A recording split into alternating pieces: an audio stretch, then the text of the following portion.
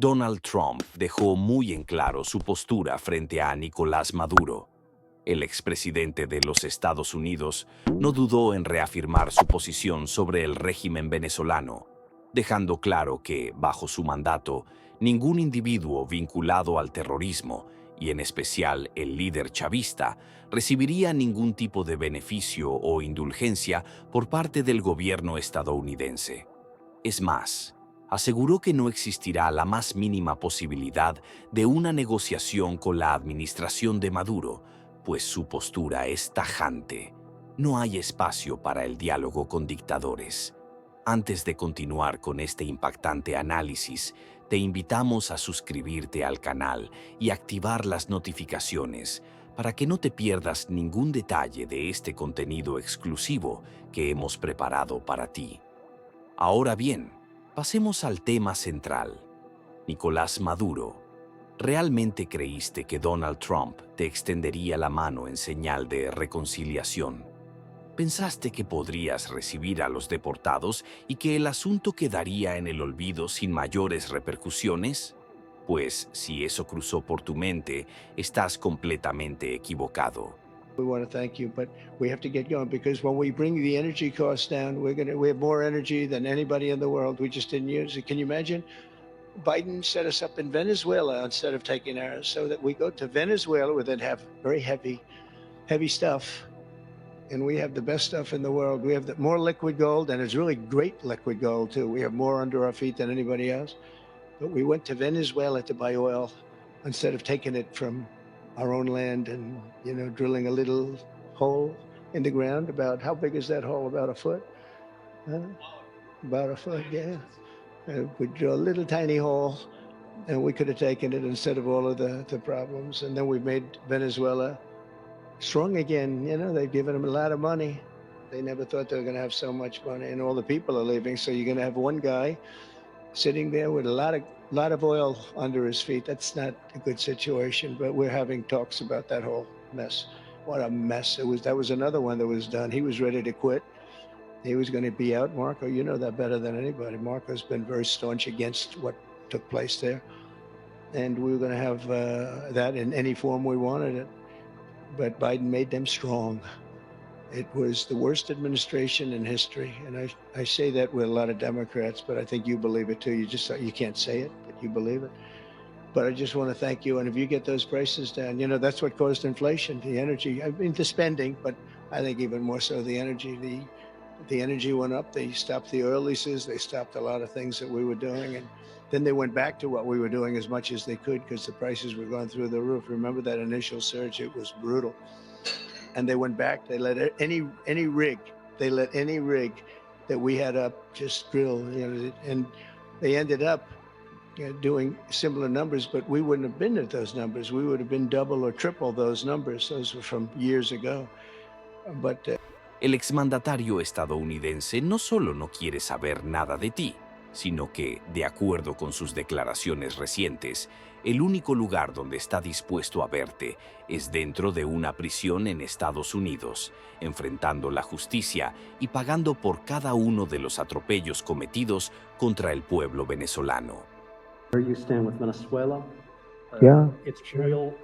There's basically a monthly license that can soon exceed. Well, we had Venezuela on the run, and it looked like that was going to be very good. And when Biden came in, as he always does, he screws it up. And they started buying millions and millions and millions of dollars of oil, billions of dollars actually, of oil, and it gave them a new life, a new really lease on life. But we'll see. We had some pretty good discussions with a lot of people within our government, in the United States government, that are involved in that. And Venezuela's a little bit early, but we were not buying from Venezuela when Biden came in. For whatever reason, instead of just taking the beautiful, as I call it, liquid gold, we have more than anybody, they started paying a fortune to Venezuela. And we're looking at that actually. Why did they do that? Why were they doing that? Why would they go to the enemy and give them billions and billions of dollars? Now, with that being said, as you know, Venezuela has said very strongly they will not take any illegal immigrant, any of the people that they sent over to us. They sent their games, probably the worst gang anywhere in the world, as bad as MS-13, maybe worse. And they came out of the jails of Venezuela. They emptied their jails into our country. And they said, we'll never take them back. They took them back, and they're taking them back. And they are taking them back rapidly. They're sending a lot of people to Venezuela. They said they wouldn't take them back, and they are taking back. But we're looking at Venezuela very seriously, and we're going to be able to, don't forget, I've only been here for 3 weeks. Yeah, please. Just a little clarity on, are you inclined to continue to allow Venezuela through, I think, Chevron and other oil companies to export those petroleum products, or are you maybe going not to pull back? Yeah, maybe not. We're looking at that now. I just got here. When I left, they weren't doing anything. They were ready to go. We give up. And then Biden came along and he gave them literally billions of dollars. I couldn't believe it, actually. And we have so much under our feet. Liquid gold, we have so much. And Estas afirmaciones fueron pronunciadas por Trump en sus más recientes intervenciones públicas, donde recordó que, durante su primer periodo como presidente, la dictadura de Maduro estuvo a punto de desplomarse. Sin embargo, tras la llegada de Joe Biden a la Casa Blanca, todo cambió drásticamente y cualquier posibilidad de ejercer mayor presión sobre el régimen venezolano se diluyó. Le digo al presidente Donald Trump, con respeto, pida los informes de los últimos 4 años del FBI y la DEA, de las oficinas en Colombia, para que ustedes vean, presidente Trump, quiénes financiaron, quiénes movieron, quiénes dirigieron al famoso Tren de Aragua, quiénes lo llevaron a Colombia, quiénes lo llevaron a Estados Unidos. Y pida los informes verídicos para que sepa que aquí en Venezuela nosotros derrotamos, desmembramos y acabamos con ese grupo delincuencial, violento, que pretendió utilizarse desde Colombia con lazos profundos con la antigua administración Biden para traer terrorismo a Venezuela. Y para quienes intenten argumentar que Donald Trump ha modificado su discurso o que su postura ha cambiado con el tiempo, basta con remontarnos apenas unos días atrás. Inexistente, como lo hicieron en su momento con el Cartel de los Soles, recordemos. Entonces se venció el discurso del Cartel de los Soles, se demostró que esto es una organización que no existe, que jamás ha existido. Ahora inventan una de un llamado Tren de Aragua, una organización que existió en Venezuela, localizada, y que luego se ha tratado de poner como marca. Y hemos visto, por ejemplo, cómo ridículamente aparecen videos, incluso de gente que dice, tú eres venezolana, entonces podrías saber, dice, somos del Tren de Aragua, dicen algunos, o con acentos peruanos, acentos chilenos. Es decir, se trata de crear una marca. Durante una entrevista reciente, el expresidente fue consultado sobre la situación de Venezuela y su respuesta fue contundente. Entonces escuchamos hoy al presidente de Estados Unidos hablar de las bandas criminales. Pregunte, el FBI tiene todo eso, estamos seguros. Si allá hay una inteligencia medianamente buena, que debe tenerla, debe saber qué ocurrió con el Tren de Aragua. ¿Quién se llevó el Tren de Aragua para Colombia? ¿Por qué se llevó Uribe el Tren de Aragua para Colombia? ¿Por qué Duque se llevó el Tren de Aragua y a sus dirigentes? Mira, hace días, el jefe del CICPC de aquí, Douglas Rico, me dice, mire, ministro, tenemos esta información de una reunión de estos personajes del Tren de Aragua en tal lugar. ¿Será que nosotros podemos hacer, en tal lugar de Colombia, será que nosotros podemos hacer coordinación con los organismos policiales de Colombia para que los atrapen? La dirección exacta donde estaban. Yo le dije, sí, infórmale, son delincuentes. Le dimos la dirección, los nombres de los que estaban en la reunión, el sitio exacto. Sellaron preso uno solo y protegieron a los demás. Y ese solo que detuvieron no nos lo quieren entregar, ¿verdad, señor Randall? Que hemos solicitado que nos entreguen ese delincuente. No lo quieren entregar, lo están protegiendo los organismos policiales de Colombia. ¿A quién obedecen esos organismos policiales? Sin duda, la estructura que dejó Álvaro Uribe y Iván Duque. ¿Y con quién trabajan ellos en Estados Unidos? ¿Con quién trabajan? Con unos delincuentes que están en Estados Unidos hace tiempo. Carlos Vecchio, Miguel Pizarro, David Molasky, con su jefe, Juan Guaidó, Leopoldo López, Julio Borges. El equipo que lo asesora ya está evaluando de cerca el asunto, pues considera que la dictadura de Maduro representa una amenaza directa para los intereses y la seguridad de los Estados Unidos. Lejos de suavizar su postura, Trump dejó claro que no bajará la guardia y que continuará ejerciendo presión contra el régimen chavista hasta lograr su colapso definitivo. En su opinión, la caída de Maduro y su círculo de poder no es una cuestión de si sucederá, sino de cuándo ocurrirá. Además, subrayó que en su eventual regreso al poder, no repetirá los errores de administraciones anteriores que en ocasiones han permitido que dictaduras como la de Venezuela se mantengan a flote a través de acuerdos o concesiones.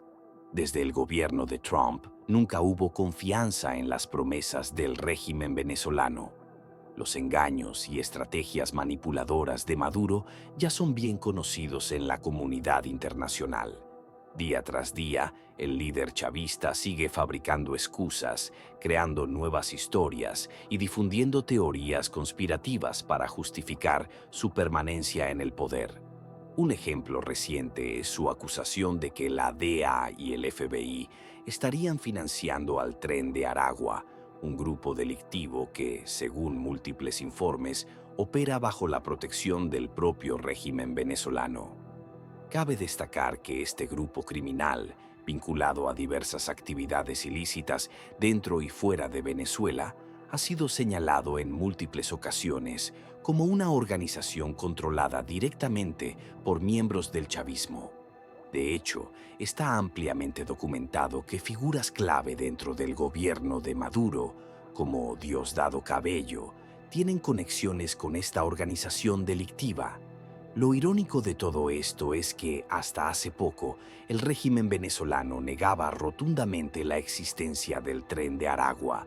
Incluso su canciller, Iván Gil, desestimó cualquier vinculación del chavismo con esta banda criminal. Sin embargo, recientemente, Diosdado Cabello dio un giro en el discurso oficial y admitió la existencia del grupo, afirmando que se les debía enjuiciar por ciertos delitos cometidos en territorio venezolano. Este tipo de contradicciones solo refuerzan la idea de que el régimen de Maduro opera en función de sus propios intereses, manipulando los hechos y tergiversando la realidad cuando le resulta conveniente. No es la primera vez, ni será la última, que intentan encubrir sus acciones con discursos cambiantes y versiones alteradas de la verdad. Pero el pueblo venezolano ya no es tan ingenuo como para seguir creyendo en sus artimañas. Cada día que pasa, el régimen pierde más poder y la incertidumbre dentro de sus filas aumenta. Con las recientes declaraciones de Trump y la posibilidad de su regreso al poder en Estados Unidos, la presión sobre Maduro y sus aliados podría intensificarse aún más. Y si esto sucede, no cabe duda de que la política estadounidense hacia Venezuela cambiaría radicalmente, dejando atrás la tibieza de los últimos años y adoptando una postura mucho más agresiva en su intento por debilitar y derrocar al chavismo. Si este contenido te pareció interesante, no dudes en compartirlo y ayudarnos a llegar a más personas.